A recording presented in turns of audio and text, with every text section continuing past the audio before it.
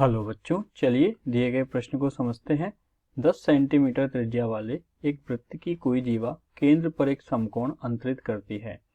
निम्नलिखित का क्षेत्रफल ज्ञात कीजिए। संगत दीर्घ त्रिज्य खंड, यहाँ पर पाई का यूज करना है मान 3.14। तो चलिए बात करते हैं सबसे पहले हम मुख्य अवधारणा की। मुख्य अवधारणा के अनुसार थीटा कोण वाले त्रिज्य खंड का क्षेत्रफल होता है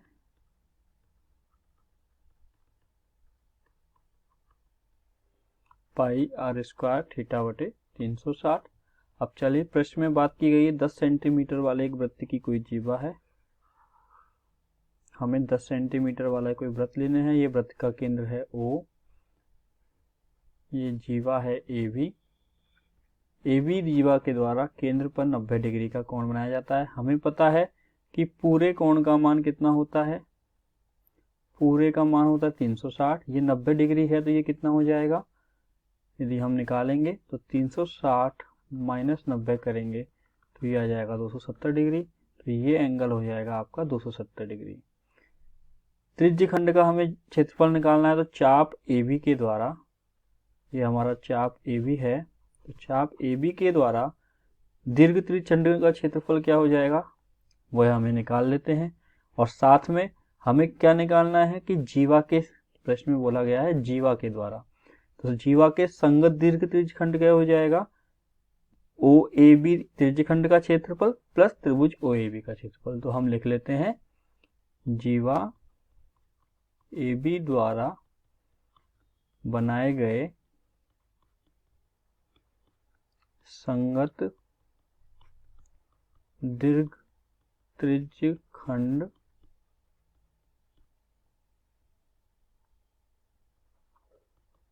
का क्षेत्रफल होगा चाप AB द्वारा बनाए गए त्रिज्य खंड का क्षेत्रफल।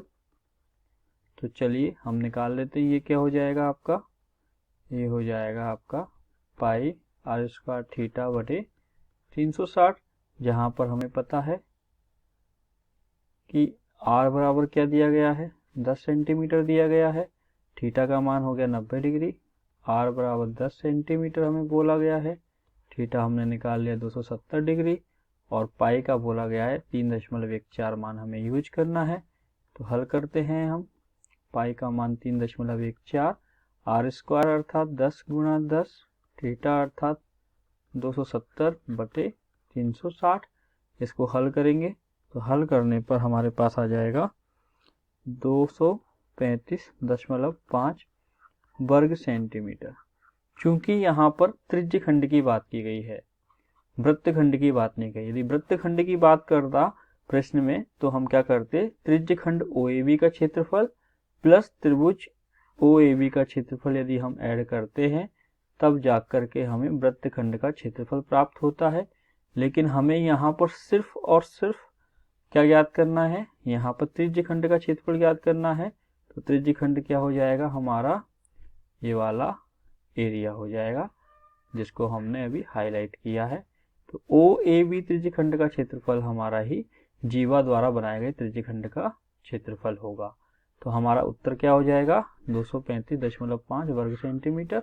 यही हमारा क्या हो जाएगा, उत्तर हो जाएगा, जो कि हमें दिए गए प्रश्न में ज्ञात करना था। तो आपने देखा किस प्रकार मुख्य अवधारणा के आधार पर हमने दिए गए प्रश्न को हल किया है। आशा करता हूँ आपको यह समझ में आया होगा। धन्यवाद।